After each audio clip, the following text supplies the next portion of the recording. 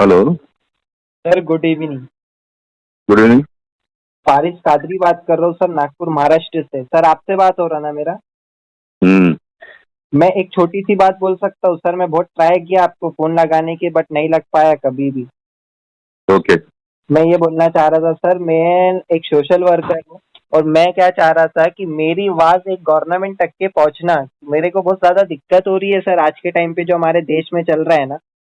एक हम्म। तो 5 रुपए लीटर पेट्रोल महंगा, हम्म। ऑयल प्राइस 200 रुपए हो गया। और बीजेपी हम्म। गवर्नमेंट पूरी निकम्मी नाकारी हो चुकी है, किसान रोडों पे मर रहे हैं सर। इसके लिए हम्म। गवर्नमेंट निकाले तो बेस्ट है। तो हम्म। बातें हुई है, वादे हुए और कुछ भी नहीं हुआ है। और सिर्फ देश के अंदर में सियासत चल रही है। आर्यन खान के केस के ऊपर में पूरी गोदी मीडिया लग गई बीजेपी की। लेकिन हमारे देश के बड़े मुद्दे नहीं दिख रहे। उसको फांसी दे दो, हमको फर्क नहीं पड़ता, उन्हें जो भी होंगे।